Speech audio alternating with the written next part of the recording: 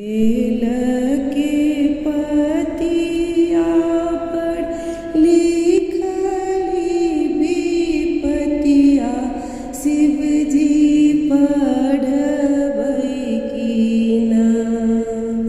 बेल के पतिया पर लिखली विपतिया शिव जी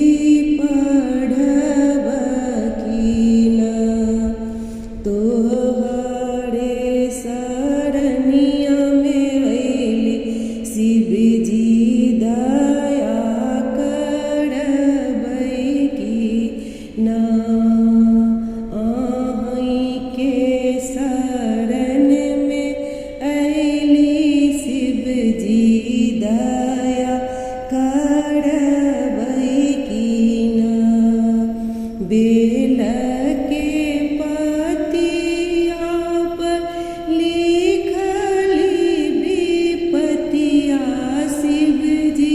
पढ़बै की ना।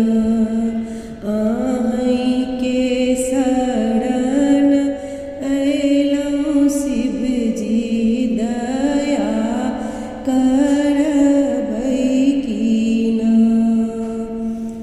संसारे से हारल थाकल अइली शरणिया भोला दया देबै की ना। संसार से हारल थाकल अइली दुअरिया भोला दया देबै की ना। रोई रोई करी शिव जी तोहरे अरजिया दया करबै की ना। रोए रोई करै छी शिव जी तोहरे अरजिया दया करबै की ना। बेल के पतिया पर लिखली विपतिया शिव जी पढ़बै की ना। तोहरे शरण अयलहुँ शिव जी दया करबै की ना। सबके त दिल हो बाबा महल अटारी हमरा देबै की ना। सबके जे देलहुँ भोला महल अटारी हमरा देबै की ना। हम त दुखिया लाचार बाबा दया करबै की